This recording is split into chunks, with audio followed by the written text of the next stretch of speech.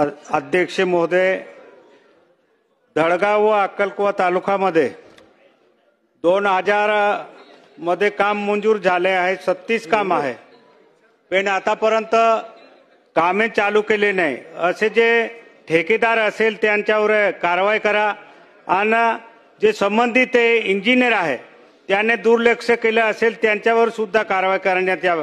याच्यात खास करून काला पाणी लेगा पाणीचा परवा व्हिडिओ आला होता।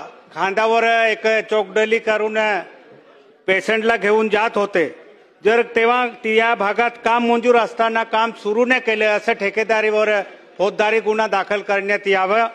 अक्कलकुवा तालुक्यामध्ये असे 5 कामे आहेत ज्या ठिकाणी कोटली ओगाणी इथे मंजूर असताना ते काम दुसरी ठिकाणी काम केले गेले आहे। ते कामे ताबडतोब चौकशी करून संबंधित ठेकेदार आणि इंजिनियरवर कारवाई करण्यात यावे। या उच्चत्याच्या माध्यमात माझी सरकारला विनंती आहे।